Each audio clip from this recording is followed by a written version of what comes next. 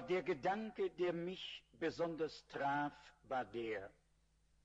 Lakini wazo ambalo za kunigusa ni hili, ni kwamba haikukuwa mtu ambaye aliyekuwa akijifurahisha kusema au kuweza kuhubiri kitu fulani, lakini alikuwa ni mtu aliyetumwa na Mungu.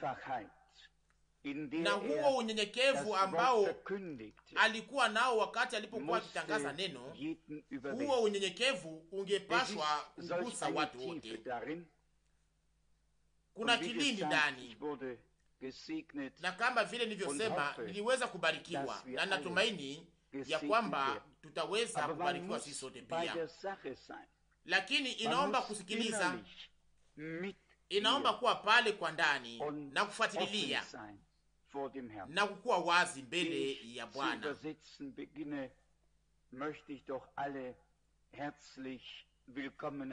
Mbele ya kwanza kutafsiri, ningehitaji niweze kukaribisha wote, sana sana ndugu yetu mpendwa wa Kinshasa huko Zaire.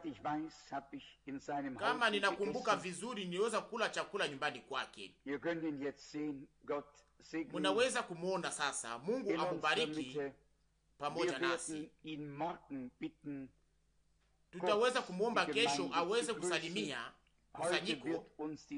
Leo hatutaweza kuwa na wakati kwa sababu tunataka tuweze kutafsiri.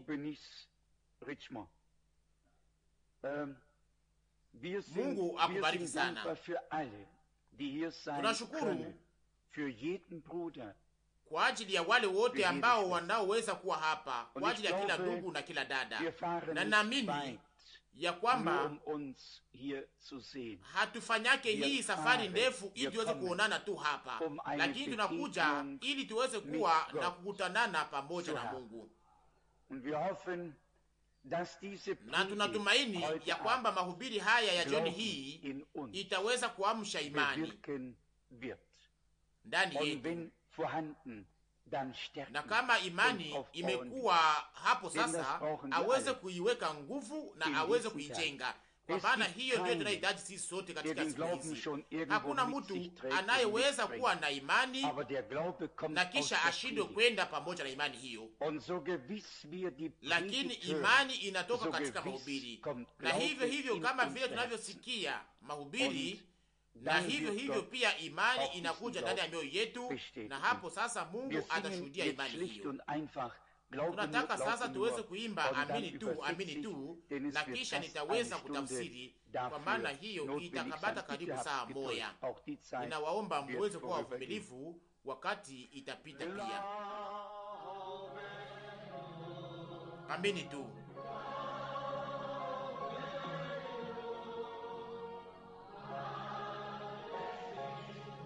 Amini tu, yote inawezekana.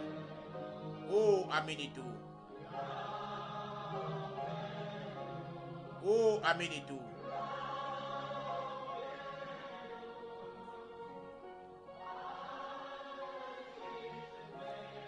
Yote inawezekana.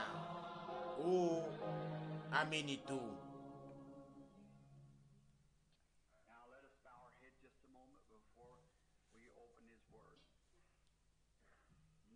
Lasst uns beten, gnädiger Herr, wir sind heute dankbar für das Tuombe sasa mbele ya kufungua neno lake. Bwana wa rehema, tunashukuru leo kwa ajili ya heri ambayo tunayo ya kuweza kusimama mbele ya uso wako, ya kuweza kukutazama na kuita Baba yetu. Tunakumbuka maandiko, ulisema, muombe Baba yetu uliye mbinguni,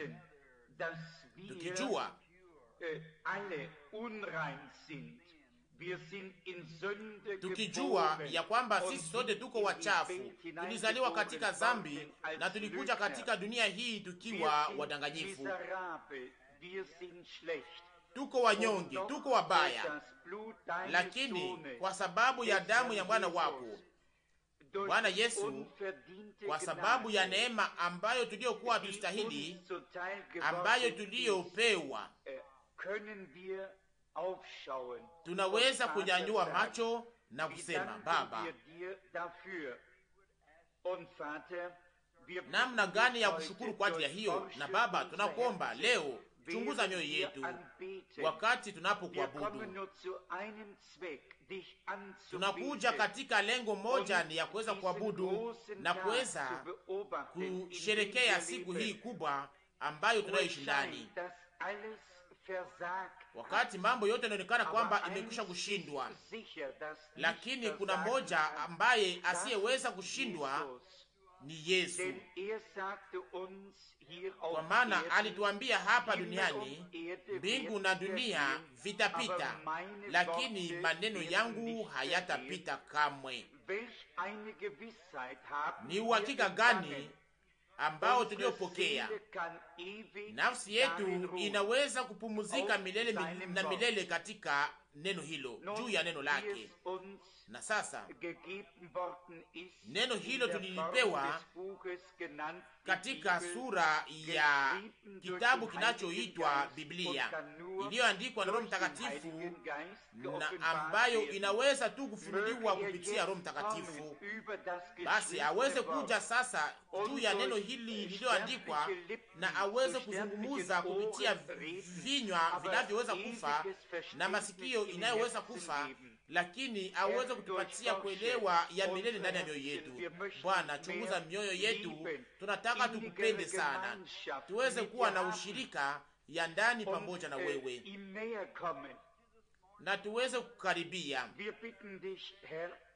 Tunakuomba Bwana, katika siku hizi kuna watu wengi walio katika hitaji hapa na katika nchi.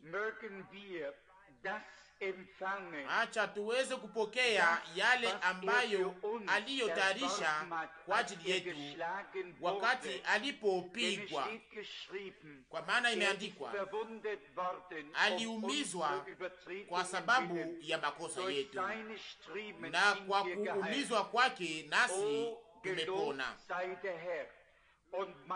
Acha Bwana asifiwe. Na acha nafsi yangu usisahau mema aliyokutendea, yeye anayesamehe makosa yako yote na anayeponya magonjwa yako yote. Bwana, acha tuweze kuabudu kwa namna hii, na wale wote ambao walio na hitaji ya kitu fulani waweze kuipokea, wokovu kwa ajili ya nafsi, uponyaji kwa ajili ya mwili. Acha waweze kupokea baraka zote. Na hiyo tangu sasa tunajiweka kwako Bwana, na tunakuomba utuzungumzie, utusikilize na kuweza kujibu maombi yetu, kwa maana tunayakuomba katika jina la mwana wako Yesu Kristo mwokozi wetu. Amina.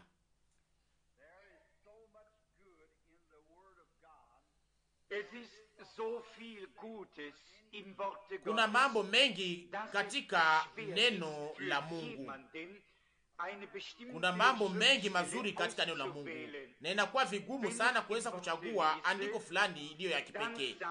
Wakati naposoma neno ninasemaka, hii inaonekana kwamba iko nzuri sana, nataka niweze kuweka kistari juu yake. Na wakati napoendelea kusoma ninakutana tena maneno mengine, ninakaa muda kidogo na ninasikiliza Roho akinizungumzia. Kwa wakati mwingine ninaanza tena kusoma, na kisha ninapata kitu fulani ambayo iliyo tena ya ajabu sana na nzuri. Ninaweka kistari juu ya hiyo, ninasema nitaweza kuhubiri juu ya haya wakati nitakapoenda kwenye makusanyiko, na mbele hata ya kutambua Biblia yangu inakuwa imewekwa vistari mahali pote. Na gisi Mungu wetu, Bwana wetu ni mzuri. Na gisi neno lake ni la damani sana kwa ajili ya watakatifu wake. Na heri gani kubwa ambayo tulio nayo leo tena katika wakati, katika saha, ndani ya saa hii ambamo matumaini yote inaonekana kwamba imekwisha kwenda, na ijapokuwa tunapata msingi usioweza kutikisika, ni kusema ndani ya neno. hiyo inakuwa siku fulani ambamo niko nahitaji kwenye moyo, kama vile nilivyoambia ndugu Neville, au kama vile nilivyomwambia kupitia dada Hood. Nilimwambia azungumuze leo kuhusu maneno yaitwa andiko juu ya ukuta. Hiyo ni ujumbe ambayo Bwana aliyonipatia wakati kutoka huko California, lakini hiyo ujumbe ilikuwa ni hatari sana, ya ajabu sana. Ilikuwa ni wakati wa kipekee, na nikajiambia watu wanaelewa ya kwamba tunaishi katika wakati wa kipekee, pamoja na yale yote inayofanyika katika wakati huu, pamoja na yale ambayo wanayotupa katika anga na kadhalika. Kweli kweli tu kwa mwisho, na wakati watu wanapokuwa katika hali kama hiyo, na unapowacha katika hali kama hiyo, na bila hata kuweza kuwaletea ujumbe unaoweza kuletea matumaini, hiyo haitembei. Na kama sivyo, watu watakuwa katika hali na kisha wanakuwa wakasirika na watajiuliza ni kitu gani kinachofanyika. Na ninawaza ya kwamba wakati nikaporudi siku ya kwanza ya juma itakayokuja, nitaweza kuzungumuza juu ya maneno yanayoitwa andiko juu ya ukuta, na kisha kuhusu maneno yanayoitwa kanisa litanyakuliwa mbele ya ziki. Kama basi mambo hayo yote imekuwa karibu sana, ni kusema sasa unyakuo uko karibu tena zaidi kuliko ziki na kadhalika. Kwa maana tunatambua ya kwamba kanisa litanyakuliwa mbele ya ziki. Ningetaka niweze kusoma ndani ya kitabu cha Ufunuo kwenye sura 3 yale inayohusu kanisa la wakati huu au la leo. Ninasoma hapa mstari wa 14, Ufunuo sura 3 mstari wa 14. Na kwa malaika ya kanisa la Laodikia andika, maneno haya anasema yeye Amina, aliye mshuhuda mwaminifu na wa kweli, mwanzo wa viumbe vya Mungu. Mstari wa 15, ninajua matendo yako, wewe si baridi wala moto. Afadhali ungekuwa baridi au moto. Mstari wa 16, lakini sasa kwa sababu una uvuguvugu, wala wewe si baridi wala moto, nitakutapika toka katika kinywa changu. Mstari wa 17, kwa sababu unasema mimi ni tajiri, nimepata mali nyingi, wala sihitaji kitu, nawe haujui ya kuwa wewe ni mnyonge na mwenye maskini na kipofu na uchi. 18, ninakupa shauri ununue kwangu dhahabu iliyosafishwa kwa moto, upate kuwa tajiri, na mavazi meupe upate kuvaa, haya ya uchi wako isionekane, na dawa ya macho ya kupakaa macho yako upate kuona. Mstari 19, wote ambao ninawapenda mimi ninawakemea na kuwaongoza, basi uwe na bidii ukatubu. Mstari 20, tazama ninasimama kwa mlango, ninapiga hodi. Kama mtu akisikia sauti yangu na kufungua mlango, nitaingia kwake, nami nitakula pamoja naye, naye pamoja nami. Ni shahiri ya 20 ndio nitaweza kukamata kama vile kichwa maneno yangu, na tuweze kuona kama Mungu ataweza kutupatia maneno hayo. Ninasimama kwa mlango na ninapiga hodi. Ujumbe huu wote ambao tumekwisha kusoma ni neno ambalo Kristo yeye mwenyewe aliambia wakati wa ufuko wake au nyuma ya ufuko wake, kwa wakati wa mwisho au kizazi cha mwisho ya kanisa. Tunaelewa ya kwamba kulikuwa kanisa 7 na vizazi 7 vya kanisa, na kila moja yake ina malaika, na kila malaika alikuwa ametumwa ili aweze kuchukua ujumbe wa kanisa kwa kizazi kile. na sasa tuko katika kizazi cha kanisa la Laodikia, na sio kawaida, na tunaona katika kiwango gani ni kubwa sana, kwa maana neno hili linahusu kanisa ndani ya wakati huu ambao tunaokuwa ndani. Tunaona katika kiwango gani mambo yote iko vuguvugu, hakuna mtu anayehangaika. Leo tuko na maprogramu kubwa, tuko na majengo makubwa yanayochukua mabilioni na kadhalika, na kusanyiko letu na dhehebu yetu ya kidini au kusanyiko letu inakuwa na wanamemba wengi kuliko wengine, na mchungaji wetu anakuwa na pesa nyingi, analipwa vizuri, na tunakuwa katika hali njema kuliko gisi ilivyokuwa mbele. Lakini Biblia inasema hapa katika Ufunuo sura 3 mstari 17 ya kwamba wewe ni uchi, maskini na mnyonge na kipofu. La sasa muwazie hayo. Kama mtu anaweza kuwa uchi, anakuwa maskini na kipofu, na ijapokuwa hajui. Sasa kama angeliweza kujua, angeliweza kufanya kitu fulani ambayo inaweza kumponya. Anaweza kutoka katika barabara, ataweza kutafuta mavazi, na ataweza kujaribu ili aweze kuwa na hali ambayo inaweza kupendeza. Lakini kuwa katika hali hiyo na kisha kushindwa kuyajua, hiyo ndiyo inakuwa hatari sana. Na sasa hiyo mbele ya mambo hayo yote, lakini hiyo sio maneno yangu ninazungumzia hapa. Yesu anasema kwenye mstari wa 20, tazama ninasimama kwa mlango na ninapiga hodi, na kama mtu anasikia sauti yangu na kufungua mlango, nitaingia kwake, nitakula chakula pamoja naye, naye pamoja nami. Oh, ni aliko gani kwa ajili ya watu ambao wanaoishi leo.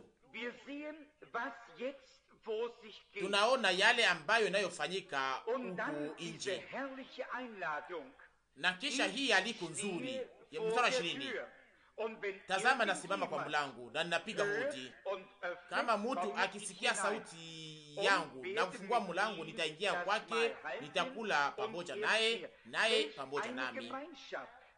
Ni ushirika gani? Ni heri gani? Ni ushirika gani? Anasimama kwa mlango na anapiga hodi.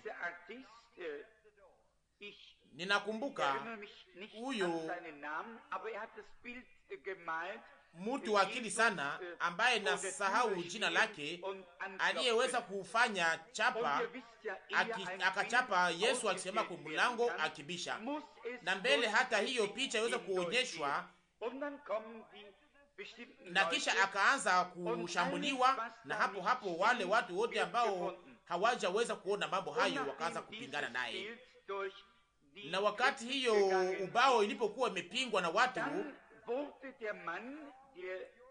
wakaambia mtu yule ambaye alikuwa ameichapa ya kwamba kuna kitu fulani ambacho kisichotembea ndani ya hii ubao, ya kwamba ulisahau hiyo panye ya mlango. Akasema huyo mchapaji akasema hapana, akasema ulielewa vibaya, ya kwamba kama hiyo panye ingekuwa nje, ye mwenyewe angeweza kufungua na kuingia, lakini hiyo panye iko ndani. Ni mtu ndiye aliye ndani ndiye anayepashwa kufungua, na sio Yesu ambaye anayesimama nje. Na hivyo Yesu pamoja na rehema yake yote na upendo wake wote na upendo wake wote na rehema yake yote, ni ninyi ndio unaweza kumwacha aingie au kumwacha nje. Hiyo pwanye iko ndani, hiyo pwanye ya mlango iko ndani. Sasa namna gani mtu anaweza kubisha tena kwa namna nyingine? Inaweza kuwa ni sababu gani? Anataka aingie, anataka aingie. Kuna kitu fulani ambacho kinachomweka bidii. Yawezekana anataka alete kitu fulani au aonyeshe kitu fulani au aseme kitu fulani. Kama mtu fulani anabisha kwenye mlango, ni kusema anataka aingie akose,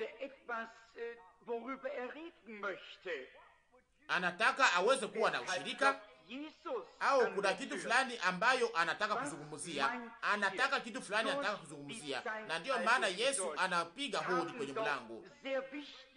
Mnawazia nini kuhusu haya? Katika vizazi watu wa muhimu sana waliweza kubisha kwenye kila aina ya mlango. Mwazie huyo mfalme mkubwa katika wakati wake Auguste. Mnawazia nini? Kama jeshi moja anaweza kuwa alisikia kwamba aliweza kuishi mahali fulani katika shimo fulani au katika nyumba kidogo, na kisha mfalme Auguste atoke katika nyumba yake na kisha aende katika hiyo kibanda kidogo na kisha aweze kugonga kwenye mlango.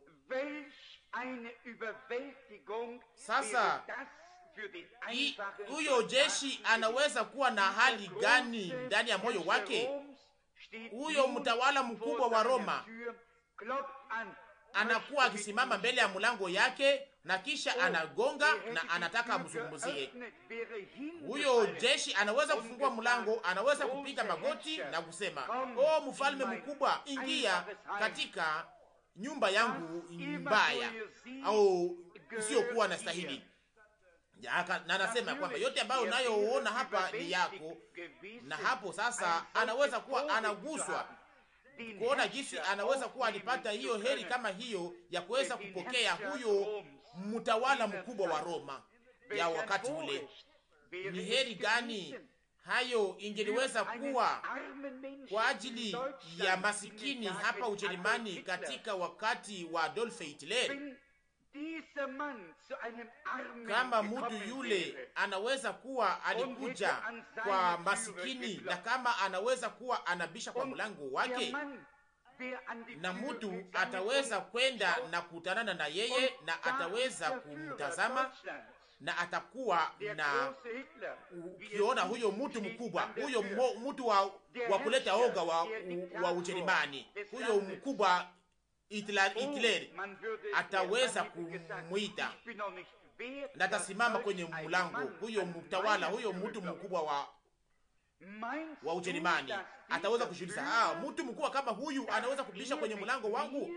Hasa mwazie kama mtu yule anaweza kuja na kuweza kunizungumzia mimi, mtu mnyonge, anaweza kufungua mlango. Itakuwa kama vile kushangaza, na atasema, ingia mheshimiwa. Ndiyo, ni kweli, yote ambayo liyo hapa ni yako wewe, mheshimiwa mkubwa wa nchi. Ni kweli, mtu yule anaweza kuwa akifurahi na pia hata kuheshimiwa kuona mtu kama huyo anaweza kuwa alikuja kumona, anakuja kumona. Na munapashwa kutambua umuhimu wa mtu ambaye anayegonga kwenye mlango. Hiyo ndiyo inayohusika.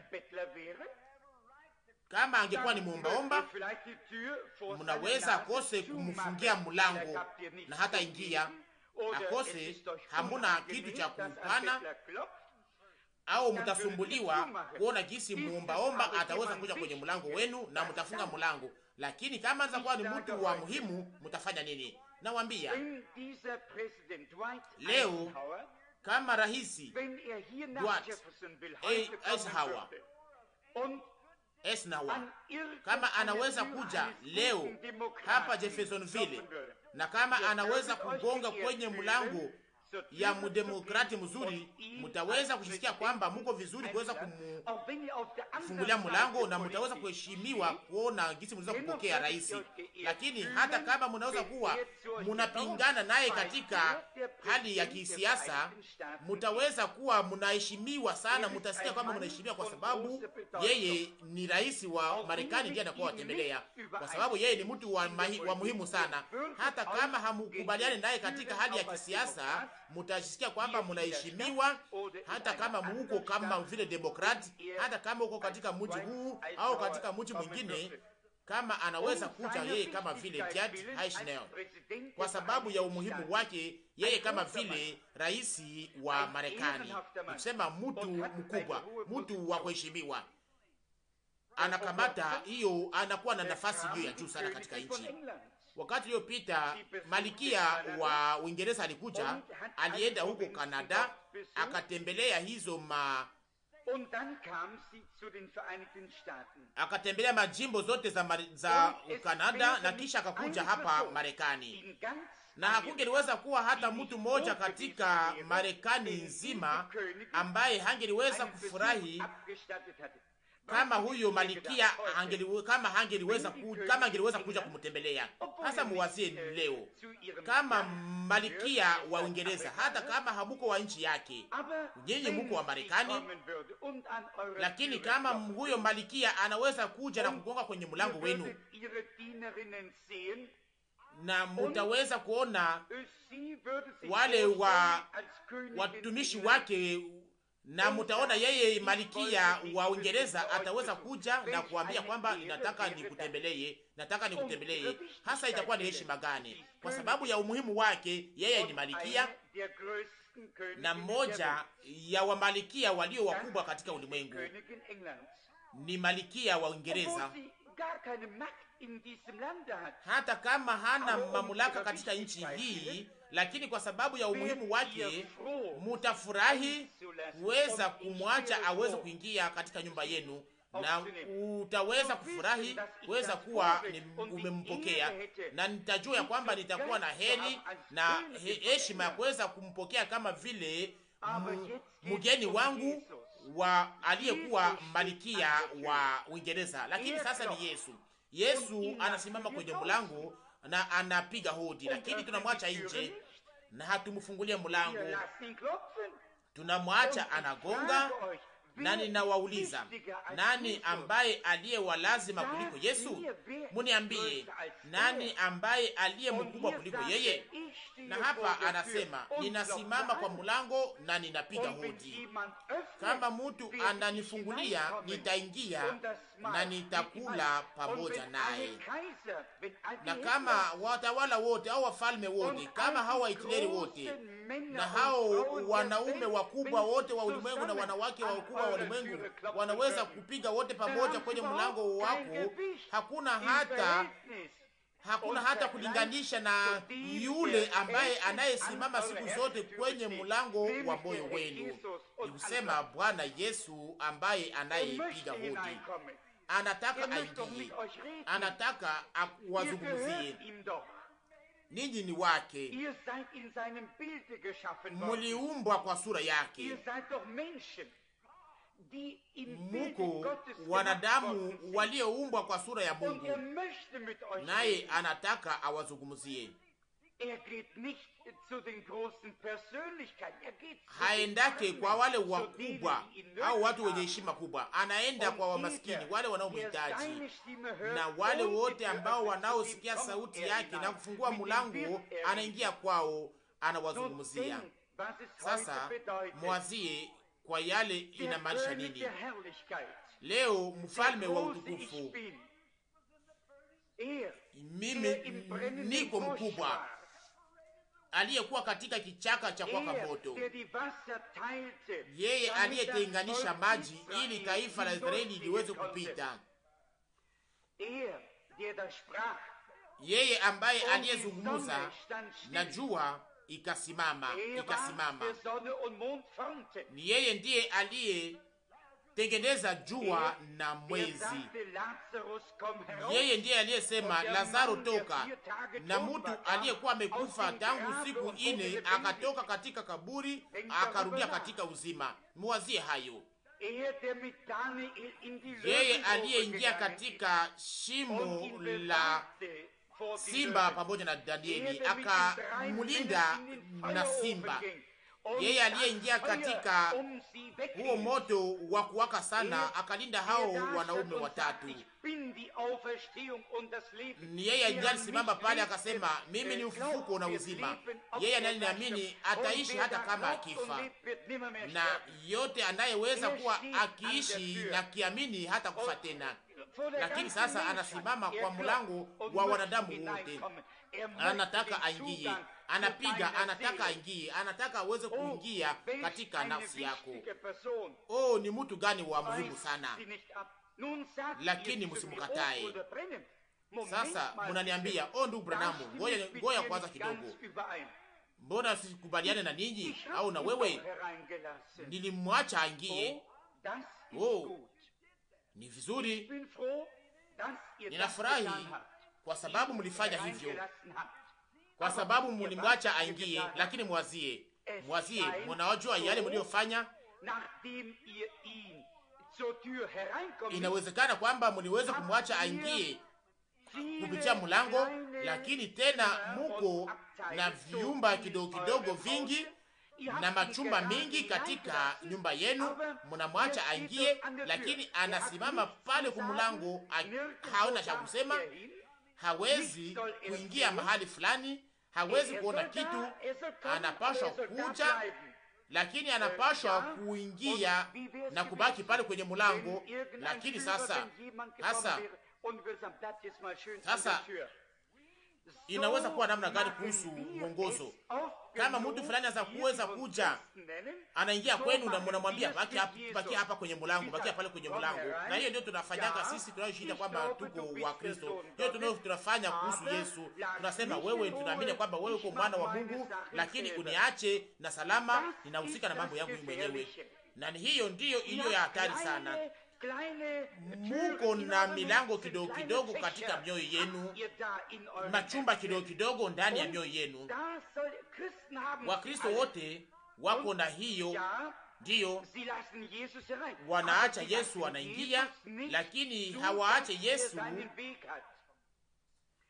aweze kufuata njia yake. Nao wanamkaribisha. Ndiyo, sasa kunafanyika nini kama niweza kuja kwenu na kama mnaniambia karibu, ukaribishwe, na kisha ninajisikia kama vile ndugu yenu, ninakaa, nitaingia katika chumba na nitaweza kujisikia kama vile niko nyumbani kwangu kama nakuja kwenu.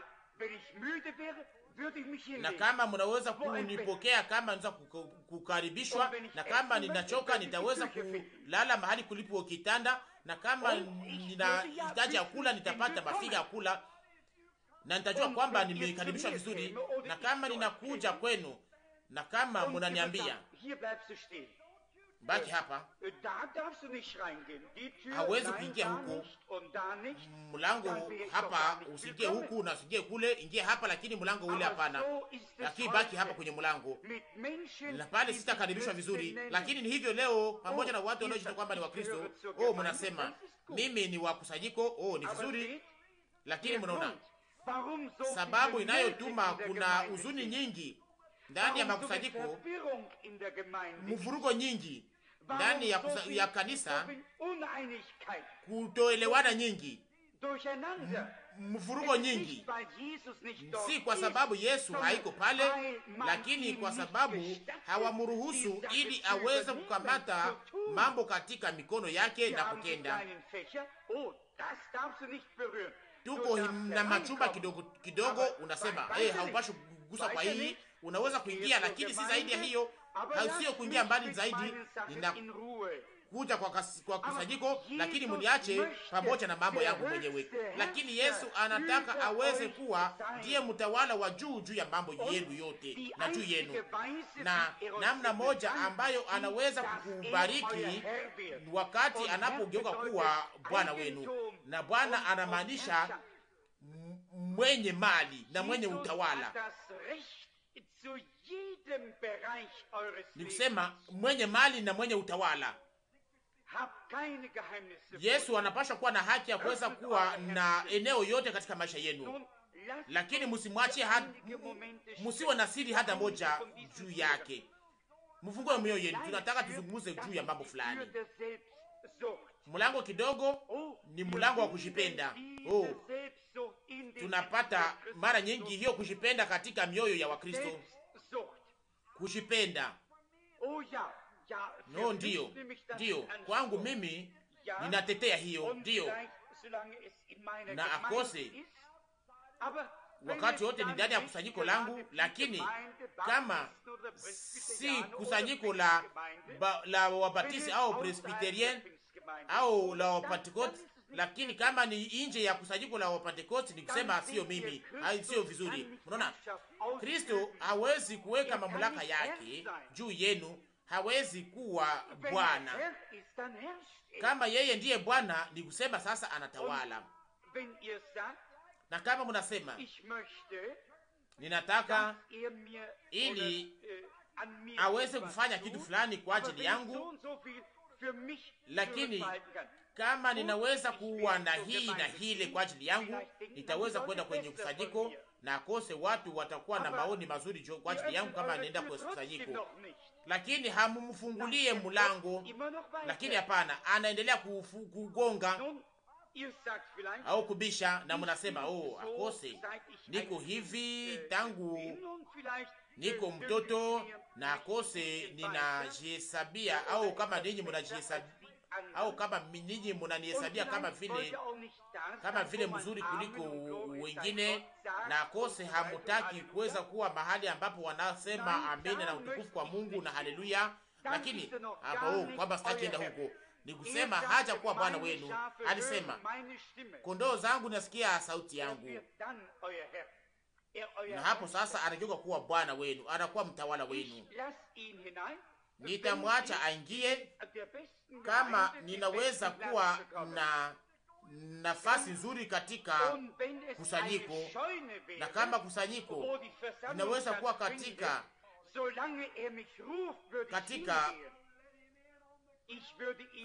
hali kubwa, lakini wakati wote anapoweza kuniita nitamweza kumwacha aingie, nitamwacha aingie yeye Bwana afanye yale anayotaka. Na kuna mlango tena ingine inayoitwa kwamba ni kiburi. Ni pepo gani ya hatari nyeusi hiyo majivuno, hiyo kiburi. Unajihesabia kwamba uko mzuri kuliko wengine. Mimi siko kama vile yeye. Ninafalaka kwa namna nzuri na niko mzuri. Na watu ambao wanaoenda huko, ya kwamba watu wanaoenda huko hawako wakibo yangu.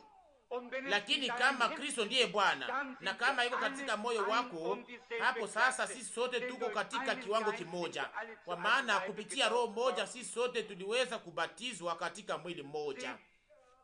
Mnaona,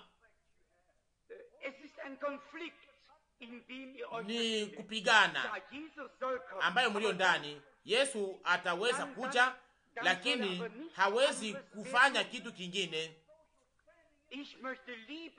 Ninahitaji ili nisiweze kuwa na hali nzuri mbele ya watu, lakini muue macho ili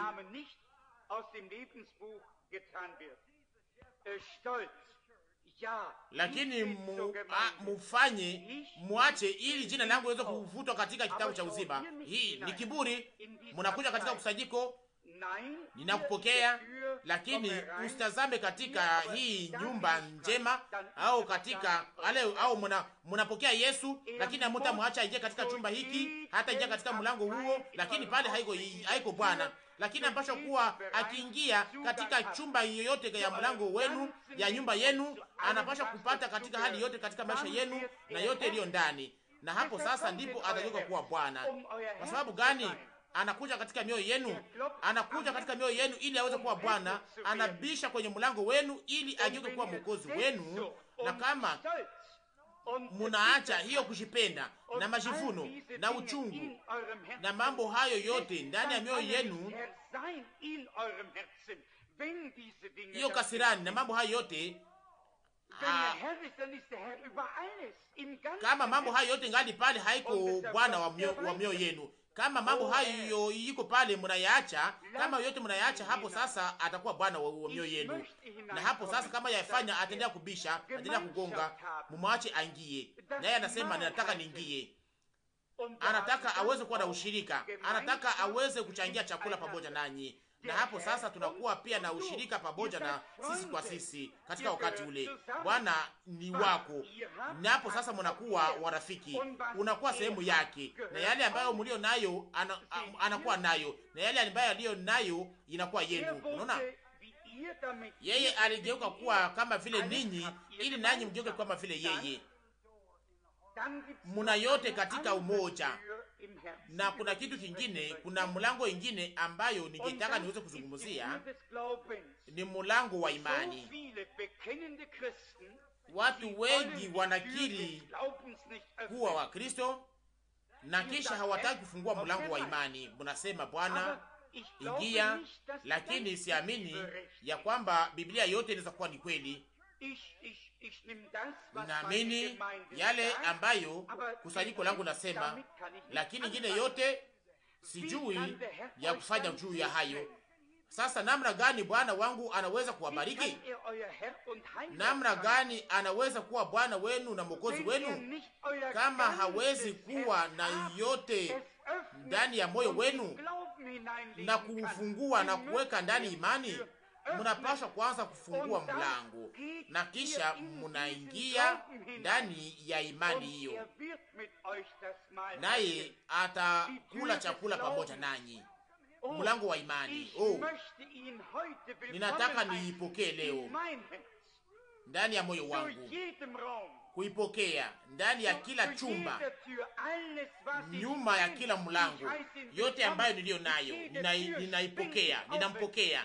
Ninafungua kila mlango na kisha ninataka niweze kukumbatia na kuweza kunywa kikombe cha baraka, na namusikia akisema, mimi ni Bwana wako. Ndio, nakuwa na ushirika pamoja nami, na sio kuacha mlango tu na kuweza kupata chakula pamoja naye, lakini mumwache, mumwalike, mumwache aingie na umwambie, shika yote hiyo mambo ya kujipenda, hiyo ugumu wote mwache. Unasema, mimi ni mmoja wa kusanyiko, lakini naamini ya kwamba siku ya maajabu ishakamalizika. Sasa mulikataa kuacha Bwana aingie kupitia mlango wa imani. Ndiyo, ni kweli, iko pale, lakini mnasema, ndugu Branamu, mimi ni Mkristo. Ndiyo mheshimiwa, ninajua kwamba wewe ni Mkristo na nafurahi ya hiyo, ulikubali Bwana, lakini ungali unaishi katika mapenzi yako. Ulifunga mlango, unakimbia huko na huko kwa sababu hawaamini. Unapaswa kufungua mlango wa imani na kumwacha aingie katika chumba hiyo, na hapo sasa atawapatia hitaji ya mioyo yenu. Wale ambao wanaotumainia Bwana anaweka nguvu, anawapa nguvu mpya. Wanaruka kama vile tai, wanakimbia na watachoka, wanatembea na hawaregei. Isaya 40:13-1. Kama mnadumu ndani yangu na maneno yangu yanadumu ndani yenu, muombe yoyote mnayotaka nanyi mtayapewa. Yohana 15:7. Kweli kweli nawaambia, kama mkiambia mlima huu kutoka uingie katika bahari, na katika Kigiriki na maanisha kwamba simama na uende katika bahari, na kama mnaamini kwamba hiyo itafanyika, hayo yatafanyika. Marko 11:23. Ona jinsi ni ajabu. Muamini ya kwamba hiyo yatafanyika, na hii mutaweza kupokea yale yatapewa mlioomba. Hiyo ni kweli. Hayo haiwezi kuwa ya muda mfupi, hiyo haiwezi kuwa kose hivyo kuliko, hapana. Hiyo itatimilika wakati wote mnapoiamini. Ni hapo ndipo waamini na Wakristo wanashindwa leo. Biblia inasema kwamba imani ni uhakika wa mambo ambayo siyoonekana bado. Waebrania 11:1. Kuonekana, kuonyesha. Hasa mnasema nini? Mtasema kwamba hiyo si mawazo, hii si mafunzo, sio tumaini, sio hitaji tu, lakini ni uzima. Ni usema ni kitu fulani ambacho mlicho nacho sasa. Kama niza kuja kwenu na kuambia nina njaa, ninahitaji mkate, na kisha mnanijibu ndiyo, mnahitaji nini? Mkate ununua ngapi? Nitasema sentime 25 na nataka niweze kununua mkate, na mtasema tazama, hii ndio sentime 25. Na sasa sentime 25 sio mkate, lakini hiyo ndiyo bei ya mkate, na wakati wote niko na hiyo sentime 25, na hapo sasa nitakuwa niko na hiyo mkate, kwa maana hiyo ndiyo uzima yake. Na hapo sasa naweza kufurahi pamoja na njaa yangu, pamoja na yote, nikiwa na hiyo senti au sentime 25, kama iko kama vile nishakuwa na mkate. Hayo jina la Bwana sifiwe. Lakini hamumwache aingie, hamufungue mlango wa imani. Yale anayosema ni kweli pia. Wakati anapowapatia ahadi, muikubali kwa imani na mjue ya kwamba Mungu hawezi kudanganya. Na hapo sasa itakuwa imalizika. Na hapo nakuwa na hizo masentime 25 na sio mawazo, nitakuwa na hiyo senti au sentime 25, na hapo nitatoka nje, nitaenda nikiwa na furaha. Itakuwa kama vile nishakuwa na mkate, kwa sababu niko na hiyo pesa ya kununua hiyo mkate. Na kama niko na imani, na hapo sasa kazi ishakatimilika. Mlango uko wazi. Imani ya Mungu iko katika moyo wangu, ishakatimilika. Kama ninaweza kuamini kweli kweli ndani yake, hapo sasa hiyo haina hitaji ya kufika hapo. Biblia inasema Waebrania 11:27, Musa alikuwa akitazama yule ambaye alikuwa haone kama vile akimwona, lakini Musa alipokea amri 10 na kadhalika. Hiyo ni picha nzuri sana. Na sasa Musa alikuwa akitazama isiyoonekana kama vile alikuwa akiyaona, alikuwa akishika imara. Abrahamu wakati alipopokea ahadi kwa umri wa miaka 75 ya kwamba atakuwa na mwana pamoja na mke wake, kwake ilikuwa imalizika katika wakati ule. Wakati Abrahamu alipofungua moyo wake, mlango wa imani ukafungulika, na ilikuwa imekwisha kutimilika kwa ajili yake, ilikuwa imefika kwa ajili yake. Alikuwa akizeeka tena na tena, na Biblia inasema katika wa Roma sura 4:20 kwamba hakuregea kwa kutokuamini kwake, lakini akawa nguvu sana, akiendelea kusifu Mungu, kwa maana alikuwa akijua kwamba Mungu anaweza kuwa na uwezo. Mungu alikuwa na uwezo wa kufanya yale aliyokuwa amesema. Amina, hiyo ndio imani. Miaka ikapita, Sara hapana, lakini hakukwaa juu ya ahadi ya Mungu kwa kutokuamini. Alikuwa akisifu Mungu, akawa na nguvu. Ndiyo sisi tunashita kwa Wakristo, tunaacha Yesu anaingia, tuko wa Kristo, na wanaweza kutuombea, wanaweza kutupaka mafuta, maajabu yanaweza kufanyika, na maajabu yanaweza kufanyika mbele yetu na tunaweza kuyaona. Lakini kama hamujaweza kupona hapo, ni kusema hamujaamini. Mnasema ya kwamba ishaka ipokea, lakini kusema hamujaweza kupata imani. Mnaweza kumwacha aingie na kusema, Bwana, tazama mlango uko wazi, ingia, shika yote katika mkono wako ndani ya maisha yangu. Na hapo sasa ataingia, na hapo itakuwa imemalizika milele. Ninasimama hapa na napiga hodi, anataka aingie kwa mlango wa imani, na hapo sasa mambo yatakuwa yamemalizika. Hiyo sentime 25 iliyo katika mkono wangu iliko na thamani moja ya mkate. Nina bei ya hiyo sasa, nina uzima, hiyo bei, hiyo pesa ya kununua hiyo mkate. Na wakati imani inapoingia katika mioyo yenu, hakuna kitu kinachoweza kuwatikisa. Kazi ishakatimilika hapo sasa. Mungu ishakaifanya, ishakafanyika milele. Ninashuka katika barabara, ninaweza kuwa na njaa, naweza kuingia katika karibu na mto, lakini sitakuwa na njaa. Na hapo sasa nitakuwa na mkate, na wakati wote ninapotembea katika imani, na hapo sasa nitakuwa na furaha, kwa sababu niko na pesa ya kununua mkate, na nitajua kwamba mkate huo ni wangu. Sasa nitakuwa kama vile nilipokea. Oh, jina lake takatifu lisifiwe. Mbele ya kufikia hayo, ninataka niweze kuwa kose na mambo ya kushindwa, au kwa sababu kuwa na maumivu ndani ya tumbo kwa sababu ya njaa, na naweza kose kuwa tayari kuweza kuanguka au kuweza kukutana na kitu fulani, lakini yote inaweza kutufikia katika njia. Wakati wote niko na hiyo sentime 25, nitajua kwamba mkate ni wangu. Oh, Mungu asifiwe. wakati imani inapoingia ndani, yote inapashwa kwenda mbali. Mungu anasema kwamba nishakapona, ni kusema nishakapona, nitamwacha aingie katika mlango wa moyo wangu. Alinipatia ahadi hiyo, hakuna kitu kinachoweza kunigeuza na mambo hayo. Hiyo sasa itakuwa mniamini, hiyo mlango wa imani. Wakristo wangapi wanaoiacha? Wa Pentekoste wangapi wanaomwacha atoke kwa mlango wa imani? Wa Baptist, wa Presbyterian, wa Methodist. Kuna milango mingi. Ninapasha kusema mlango mwingine ni mlango wa macho yenu. Na hapa inasemeka ya kwamba uko kipofu na ijapokuwa haujui. Hapa nazungumza kuhusu kanisa la leo. Kwa namna ya kiroho wako vipofu.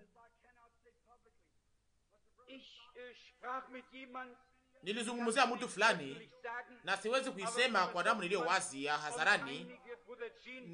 Ndugu yangu Sotman na wandugu wengine Jean, niliweza kuuliza hayo yote. Nikauliza hii yote iko nenda wapi? Hasa kwa sababu gani watu hawezi kuona mambo haya na kufahamu mambo haya? Kwa sababu gani hawezi kufahamu? Pia hii picha iliweza kusumbua taifa. Na pia gazeti haiwezi hata kuitangaza. Dr. John alisema nini? LZD wa FBI alisema, Mheshimiwa Branham, siku moja watapata mambo haya katika magazini Adicent. Haikusikilikana, haikusemeka, hakuna hata jibu. Nikasema kweli kweli, kamata hizi mambo haya, uichukue huko Portland, uichukue uibebe huko wafumu huko India, uchukua haya yote iliyofanyika huko karibu na mto na yote iliyofanyika, na unaweza kutayarisha makusanyiko kwa namna isiyokuwa ya kawaida. Kuna kitu fulani ambacho kinachotuzuiza. Hawakuweza kuelewa, hawakuweza kujua Elia mbele aweze kwenda. Wengi hawajue Yohana alikuwa nani mbele aweze kukata kichwa. Walikuwa wajue ya kwamba Yesu alikuwa mwokozi wa dunia mbele waweze kumwona akisulubishwa. Mtakatifu Patrick alikuwa akichukia kusanyiko la Kiroma la Katolika, na alikuwa akipingana nayo, lakini baada ya kufa kwake hawakujua kwamba yeye alikuwa mtakatifu. Hawakujua kwamba mtakatifu Dasisi alikuwa mtakatifu. Alikuwa mhubiri ambaye alikuwa akienda akitoka eneo moja mpaka eneo lingine akiwa na Biblia kwenye mkono wake. Alikuwa akihubiri karibu na mto. Alikuwa na mamlaka, alikuwa akihubiri neno la Mungu. Nao hawakuweza kumutambua mbele hata ya kufa kwake, lakini muda mrefu baadaye Jeanne d'Arc ndiye aliyeokoa Ufaransa. Alikuwa ni mtakatifu, alikuwa kiroho, alikuwa na maono, alikuwa ni mwanamke wa kiroho. Alisikia wa malaika wakizungumza, alisikia sauti ya Mungu, alikuwa na maono. Na walisema nini? Walisema kwamba yeye ni mfumu au mlozi. Na shirika la kizehebu la Kiroma la Kikatolika waliweza kumuunguza, walimchoma mwili wake, na wapadiri waliweza kufanya hivyo na wakamuua. Na miaka 200 baadaye waliweza kutambua kwamba alikuwa ni mtakatifu, na kisha wakatoa hiyo mifupa ya watu hao, wakatosha mifupa yake katika kaburi, wakaitupa katika bahari na katika mto, na mbele aweze kuenda alikuwa amekwisha kwenda. Na Yesu alisema hawangeweza kuamini, kwa maana Isaya alikuwa amesema kwamba wako na macho lakini hawaoni, na wako na masikio lakini hawasikie. Yohana 12:14. Niweza kuandika kwenye ukarasa wangu nyeupe ndani ya Biblia. Niweza kuwa na maono ambayo Bwana alionipatia. Niliweza kusema ndani ya kusanyiko. Aliniambia, wende huko Afrika na ukisha uweze kuenda huko Hindi, na nikasema ndio Bwana. Malaika wa Bwana alionekana kwangu katikati ya vyumba 2 katika nguzo ya moto, kama vile mnaweza kuona katika hii picha. Akaniambia wende Afrika kama vile nilivyokuambia. Na mwaka mmoja baadaye aliweza kunihakikisha ili niweze kufanya kitu kingine. Na kisha nilikuwa katika safari huko Ulaya, huko Lisbon, na niligonjwa sana kwa kiwango niweza kumaliza usiku mzima nikitapika, na asubuhi nikaamka nikiingia katika chumba cha kunawia ndani, na hapo malaika wa Bwana akaniambia, akasimama pale akaniambia, unapasha kwenda Afrika. Nikasema, Bwana wangu na Mungu wangu, sistahili kuwa mtumishi wako. Kama unataka, toa roho wako ndani mwangu na uipatie mtu mwingine, kwa sababu mimi sistahili hata kuwa mtumishi wako. Na kisha niliweza kukamata maamuzi ili niweze kuenda Afrika. Na kisha kuna jioni fulani niweza kuona tena maono, nikasoma tena hiyo maono, nikajua kwamba Mungu alikuwa akijua kwamba sitaweza kuyafahamu. Na kisha niweza kuona jana jioni, nikaona maono ya kwamba nipasha kwenda Afrika na kisha niende Uhindi. Na kisha niweza kuandika hiyo maono mimi mwenyewe, lakini sikuyafanya. Niliweza kuiandika mimi mwenyewe. Nilikuwa nikikaa karibu na kitanda na nikasikia wakati sauti ipo niambia, na kisha nikaandika.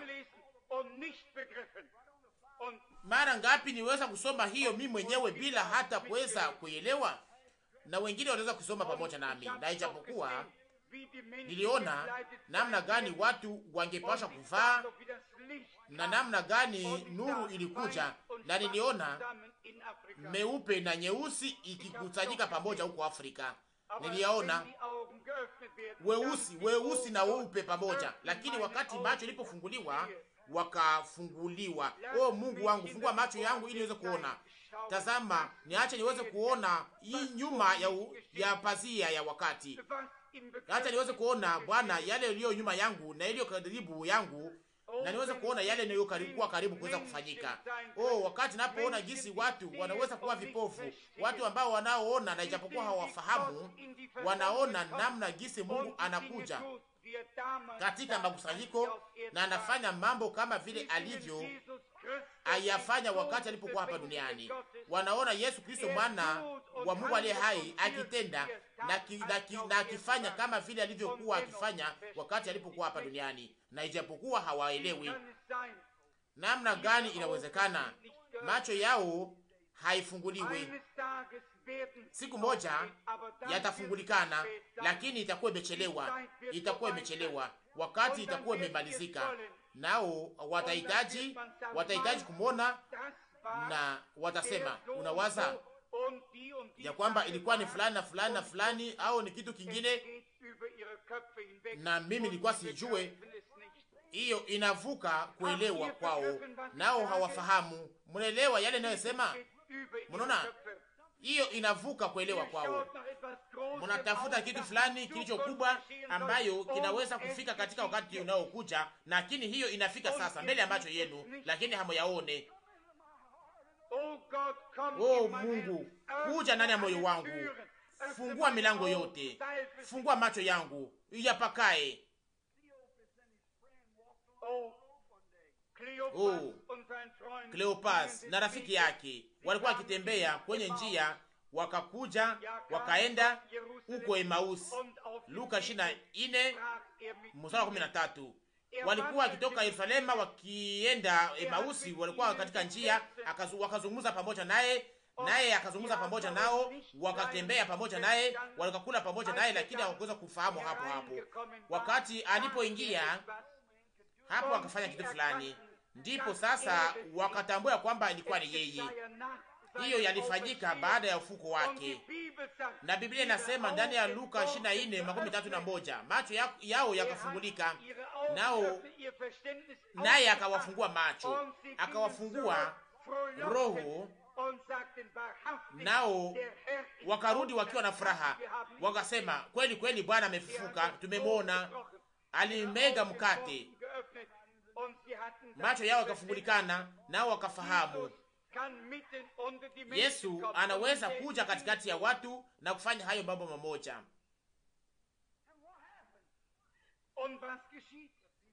Na kunafanyika nini? Watu wanakwenda zao na wanasema akose, hii ni mambo ya kujidanganya, au ni mambo ya kiufumu, au ni mtu mfumu au mwaguzi na mambo fulani kama hayo. Kama Mungu angefungua macho yetu tuone yale mambo hayo yanamaanisha nini. Mulango wa jicho uko katika moyo, na sio tu yale mnayoona, kwa maana hiyo ni kutazama na sio kuona. Yesu aliambia Nikodemo, kama mtu asipozaliwa mara ya pili hawezi kuona ufalme wa Mungu. Hamuoni kwa macho yenu, munaona kupitia kuelewa kwa yenu. Munatazama kwa macho, munasikia kwa moyo au kufahamu kwa moyo. Mulango wa mioyo mulango wa jicho lenu iko katika moyo. Ninahusu mulango, ni kusema kufahamu, kuelewa.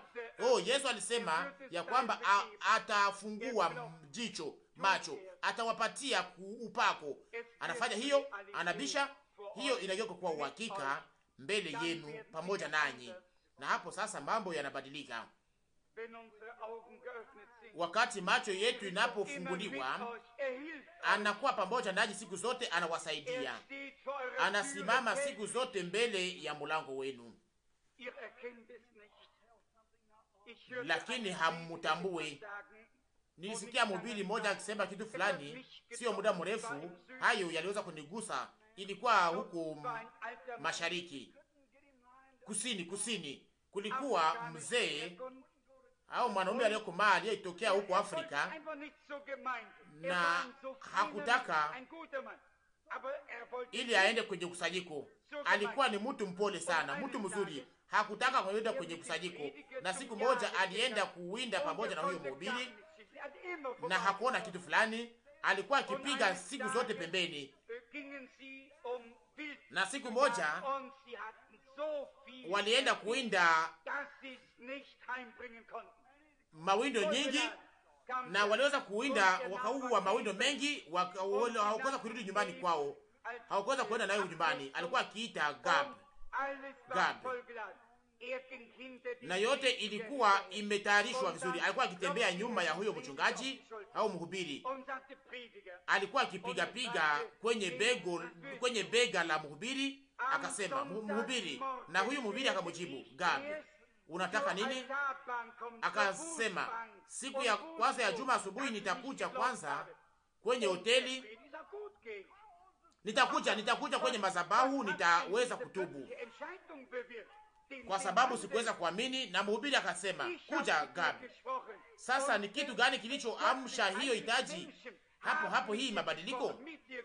Niliweza kuzungumzia na watu watakatifu wa wema, waweza kuzungumzia, waliomba pamoja na wewe, lakini kwa kishoesha kwamba wewe unakataa. Na unajua nini?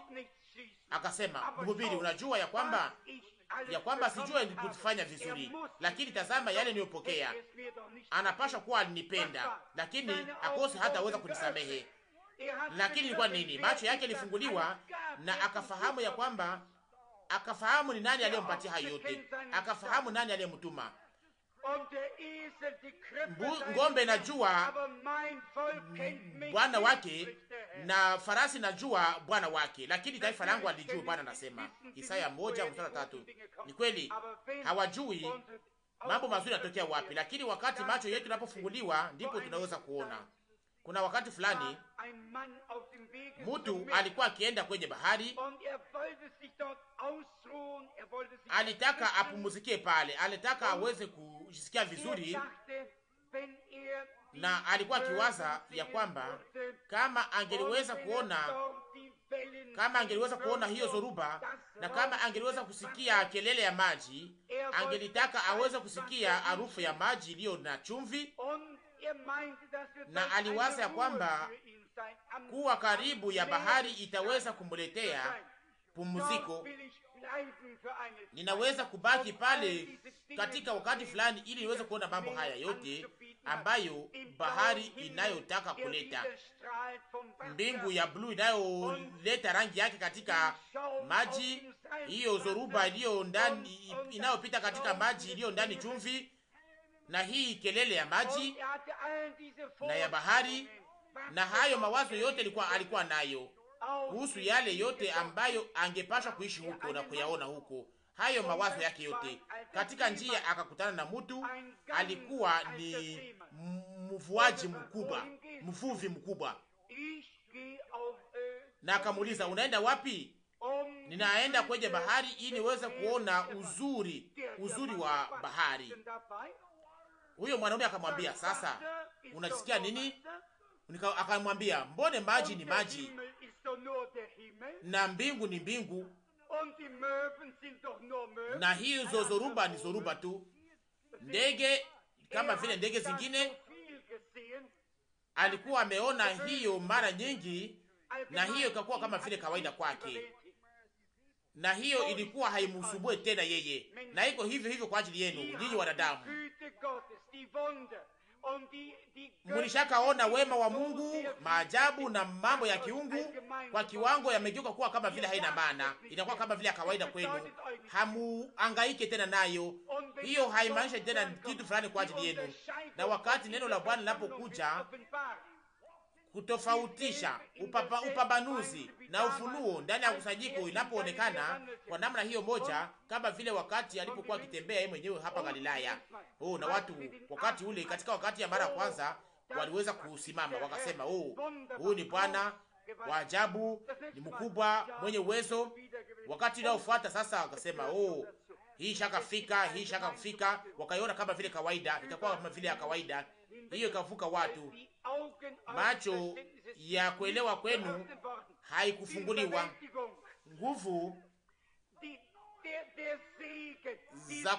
za kufurahishwa, za kuguswa, za kushangazwa, baraka, upako, Bwana Yesu aliyefufuka anakuwa katikati yenu na katikati yetu, na anafanya mambo hayo yote. Hapo sasa hamuguswe. Kitu kikubwa ambayo inaweza kufika katika ulimwengu huu kingepashwa kufikia kitu fulani.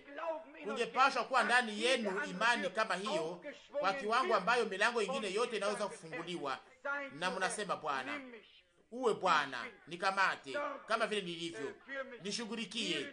Tazama moyo wangu, toa ndani mwangu kutojipenda, toa ndani mwangu kutokuelewa vizuri, toa ndani mwangu mashaka. Fungua macho yangu niache niweze kuona. Shika yote ambayo niliyo nayo na yote ambayo niliyo na uwe Bwana wangu.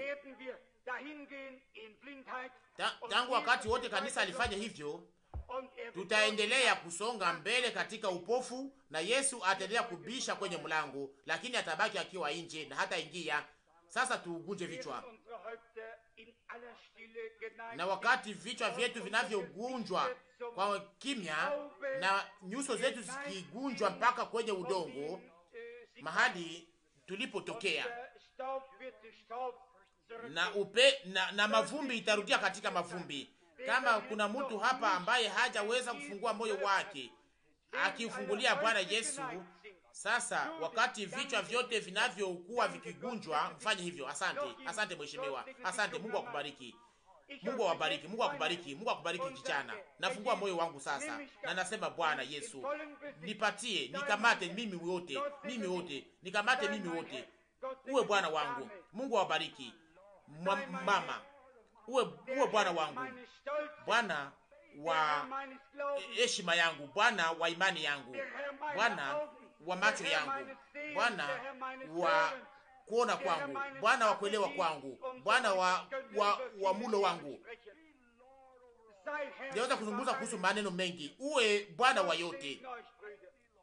Acha Bwana Mungu awabariki ndugu zangu. Nikamate Bwana. Nikamate Bwana. Mungu akubariki ndugu. Mungu akubariki dada. Mungu akubariki, Mungu akubariki, Mungu akubariki. Nikamate kama vile nilivyo, na ukamate uongozi wote juu yangu. Siye mimi ninaye kuongoza, na sio mimi nitakaye kuongoza, lakini wewe mwenyewe uweze kuniongoza. Kuna mtu aliweza kusema, Mungu akubariki dada. Kuna mtu aliweza kunipatia habari kuhusu mtu fulani, kuhusu muti ambaye alikuwa amefunga juu yake kamba, na alitaka aweze kuigeuza kwa wakati moja. Wakati wa kwanza mtu alikuwa ni kiongoza hiyo poni, na wakati ingine akamponi kaongoza mtu huyo. Mara nyingi tunawaza kwamba tunapaswa kuongoza Bwana, lakini Bwana ndiye anapaswa kutongoza. Yeye ndiye anajua njia, yeye ndiye alitembea ndani, yeye ndiye aliyeweza kutengeneza njia, yeye ndiye kutayarisha njia. Sisi hatujue njia. Hasa namna gani tunaweza kujaribu kuweza kujua mambo? Sasa kwa sababu gani tuweze kusema Bwana, niongoze nami nitakufuata. Akose mko wa Kristo, akose Kristo iko ndani yenu. Lakini hamkuweza kuweka imani yenu katika kitendo. Hamkufungua mlango. Hamkuweza kusema toa ndani kutokuamini kote. Lakini sasa mseme Bwana, tangu leo ninataka tu niweze kuwa kama vile ndugu ule ndugu aliyepewa santime 25. Ninataka niweze kutembea katika imani Bwana. Yale yote uliyoahidi ulishaka yalipa. Hayo yote ni yangu. Mimi niko katika njia, ninampokea. Mfungue macho yenu, mioyo yenu. Mwisho wa tafsiri, neno la mtafsiri. Ndugu Frank, haya ni mahubiri ambayo ninayoletea mema kila mmoja wetu katikati yetu. Na ingekuwa vema tuweze kuishika kwenye moyo na tuweze kuomba Mungu aweze kuitimiza ndani ya maisha yetu,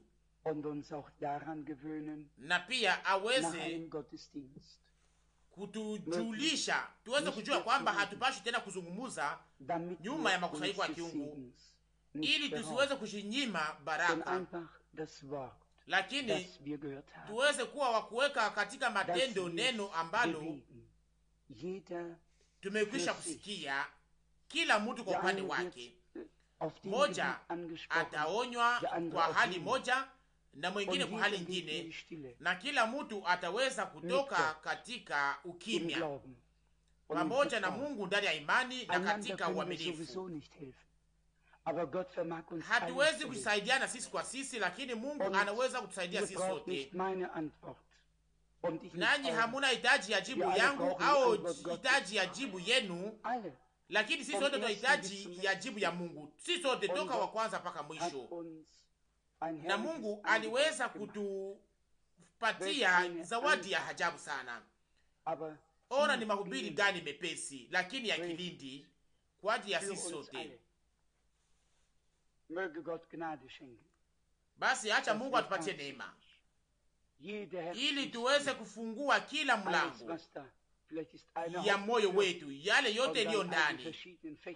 Akose inahusu mlango wa kwanza na kisha hiyo vyumba tofauti ambayo vilivyo ndani, ili tuweze kusema tukiwa na moyo ulio wazi ya kwamba Bwana, niko hapa, mimi wote. Maamuzi ya ujao, kutengana ya ujao na yale yote isiyotoka kwa Mungu.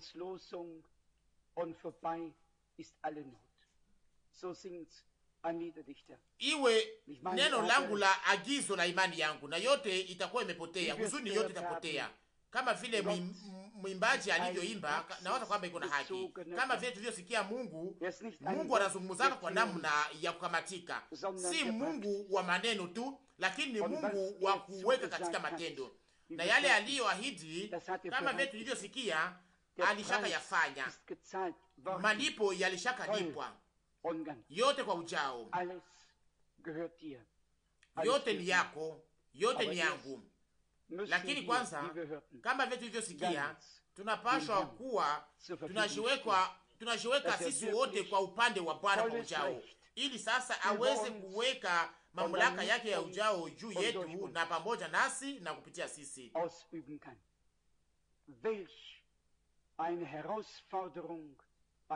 Ni kipimo gani kwa ajili yetu sisi sote jioni hii?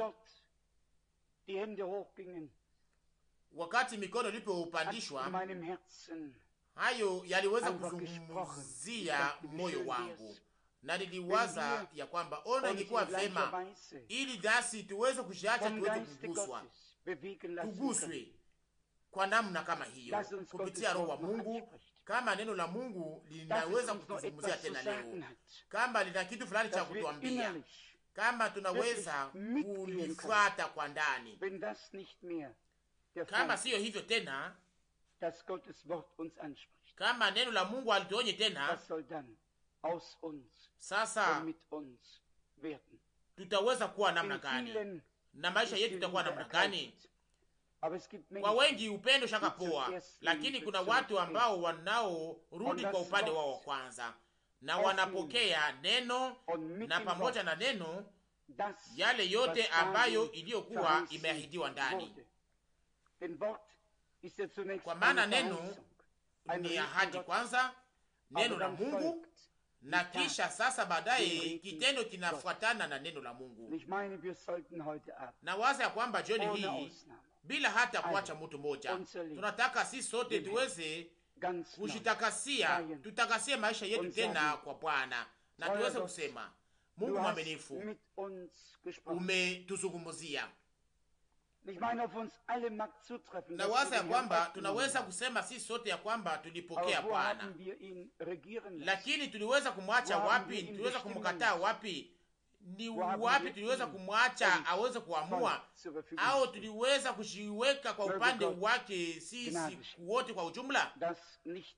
Lakini acha Mungu kwa neema yake, ili kusiwe mtu katikati yetu anaweza kutoka katika eneo hii bila kuwa aliweza kuonywa na kuguswa, na tena zaidi na tena zaidi na tena zaidi, bila hata kuweza mtu asitoke hapa bila kuweza kukamata maamuzi ya kuweza kutumikia kweli kweli Bwana kwa moyo wetu wote, ili Mungu aweze kutawala maisha yetu yote.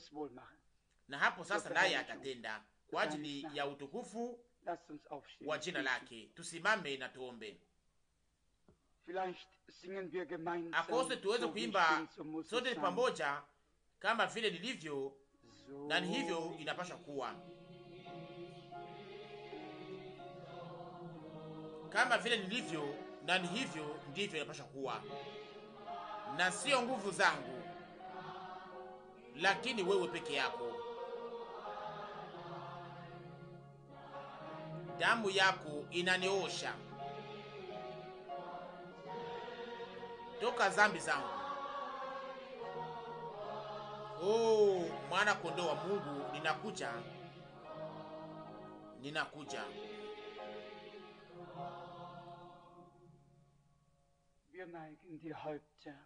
Tunagunja vichwa mbele ya Mungu wetu.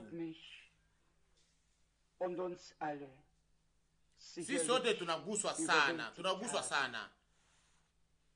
Ona gisi Mungu anatuzungumzia tena. Ningetaka nijue, wangapi katikati yenu walisikia ndani ya akili cha moyo wao ya kwamba Mungu aliweza kuwazungumzia ninyi wenyewe, kila mtu binafsi? Mnyoshe mikono. Kuna watu walio hapa, ndio. Mungu awabariki, Mungu awabariki. Naamini ya kwamba hakuna hata mmoja ambaye Bwana hakuzungumzia. Sote pamoja tunasimama mbele ya uso wako takatifu. Wakati ni hatari, akose ni mfupi, hakuna mtu anayejua, lakini tunajua kitu moja: wakati Bwana anapozungumza tunapaswa kuja na kusikia na kujibu.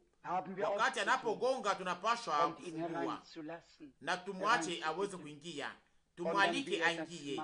Na hapo sasa anataka akule chakula pamoja nasi. Ninajua ya kwamba kuna wamoja wanaohitaji ili waweze kuombewa, wanahitaji maombi, ombi kwa ajili ya maombi ya mwili. Tutaweza kuombea hiyo kesho nyuma makusanyiko ya kiungu ya asubuhi. Leo tulisikia inamaanisha nini? Uhusiano yetu pamoja na Mungu, mmoja wetu pamoja naye, na tunahitaji hiyo sisi sote.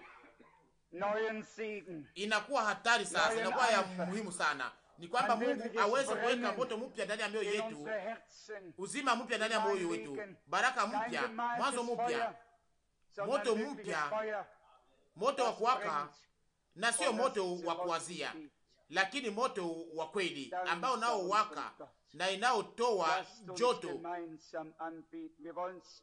Tunapokuwa tukipatia Mungu wetu sifa, tufanye hivyo sasa, tuweze kuabudu Mungu wetu pamoja.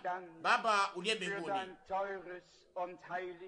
asante kwa ajili ya neno lako takatifu na la damani. Ona ni neema gani kuona gisi tunaweza kuisikia.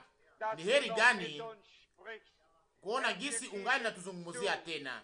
Bwana, tunakubali ya kwamba hali ambayo unayosemeka katika neno lako ndiyo hali yetu, hali ya uvuguvugu, ya wanyonge, vipofu, uchi, wanyonge. Hiyo ndiyo hali yangu, hiyo ndiyo hali yetu. Bwana, tunaikiri kweli na tunakuomba leo uwe wa rehema kwa ajili yetu. Jifunue, weka mwisho juu ya hii huzuni yote. Oh Bwana mwaminifu, ni mahali gani uliweza kufika bila hata mabadiliko kuweza kuonekana? Tuliweza kuyasikia katika neno la kuanzisha. Kuna kitu ambacho kinachoweza kushindikana kwako? Hapana Mungu. Yale ambayo inayoonekana kwamba haiwezekani kwetu inawezekana kwako, kwa maana wewe uliyasema katika neno lako takatifu. Uliahidi ya kwamba utakusanyisha Israeli, na unauliza hata kama hiyo inaonekana kwamba haiwezekani kwenu, sasa inaweza kushindikana kwangu? Hapana Mungu wangu, hakuna kitu kinachoshindikana kwako, yote inawezekana. Na kama tunaamini, na hapo sasa utaweza kufanya yote kwa ajili ya sifa na utukufu wa jina lako takatifu. Mungu mwaminifu, sio sisi kuweza kutimiza mengi, lakini kama tunakuacha uingie, utafanya inayobaki. Haleluya! O Mungu, Bwana wangu, jifanyizie nafasi, jitengenezee njia pamoja nasi ndani ya mioyo yetu. Weka msalaba wako, msamaha wako, neema yako, ndiyo, acha wokovu wako uweze kufunuliwa kwa ajili ya utukufu na heshima ya jina lako. Bwana mpendwa, kamata kila mtu, kamata kila hali ya maisha yangu na ndani ya maisha yetu. Weka utawala wako, weka yote chini ya utawala wako. Bwana, uwe Bwana, utawale, uamue. Mungu mwaminifu, hatuko tena wetu sisi wenyewe, lakini sisi ni wako Mwokozi. Tunataka ili tuweze kuwa tayari kwa ajili ya sehemu ya mwisho, kwa ajili ya hatua ya mwisho ya njia. Fungua macho yetu, mikono yetu, masikio yetu na kinywa yetu kwa ajili ya kushukuru kwa sababu umetuzungumzia, na neno lako halirudi bure bila matokeo, linatimiza yale ambayo ulituma. Bwana, wewe ndiye unayochamusha moyo. Acha moto wako uweze kuwaka. Mungu wangu, tuweke chini ya uongozi wapo hapo wa Roho Mtakatifu wako. Weka mwisho juu ya maneno isiyokuwa na maana. Mungu wangu, acha tuweze kusikia maneno yako na tuyalinde na kuyaweka katika matendo ili uweze kuyatimiza. Oh Bwana, tufanye kuwa kimya, kwa maana ni katika kimya ndiyo tunageuka kuwa wenye nguvu, na katika kimya ndiyo tutasaidiwa. Haleluya! Bwana, ninakushukuru kwa sababu ulisema maneno haya kwangu mimi. Ninakushukuru kwa sababu ulisema maneno haya kwa ajili ya sisi sote. Ulituzungumzia. Jina lako la ajabu lisifiwe na lutukuzwe. tunasifu nguvu za damu yako, nguvu za neno lako na nguvu za roho wako, na tunakushukuru kwa sababu uko katika kazi. Mabudu na heshima iwe kwa jina lako la ajabu na takatifu. Haleluya, amina.